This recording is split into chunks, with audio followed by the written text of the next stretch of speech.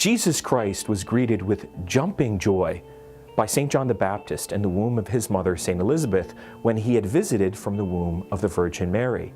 And it is not only the feast of the birth of St. John the Baptist that the Church celebrates today, but also his time in the womb, which is present in the liturgy. The first reading is, "The Lord called me from birth, from my mother's womb, he gave me my name." St. John the Baptist received a mission from Jesus when he pre-sanctified him. In fact, the fathers of the Church testify to the fact that the only other people we celebrate birthdays are Jesus and Mary, because they were born sinless.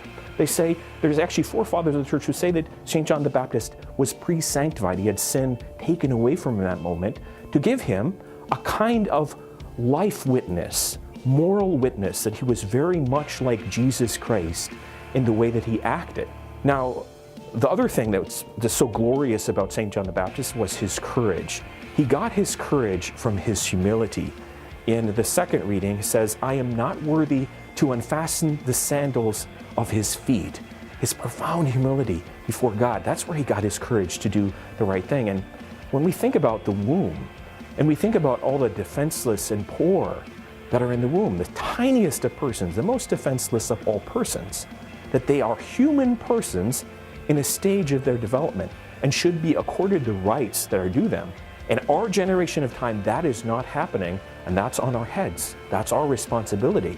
We should be working hard, given the gospel is what it is, that the sanctity and dignity of each person in the womb, testified by Christ himself and St. John the Baptist, that we should have the courage to defend those poor and defenseless children. Also, another thing that was so beautiful about this feast day is that it says in the gospel, his mouth was opened, his tongue freed, and he spoke blessing God. That's what happens when new life comes. That's the father of St. John the Baptist, Zechariah. He says his mouth was opened when he said the name John. When we say the name of the saints, when we say the name of the Lord Jesus, we should be filled with the same jumping joy and deliver God's gospel, even though it's difficult, even though it might call us to do courageous things, with that kind of jumping joy. God love you.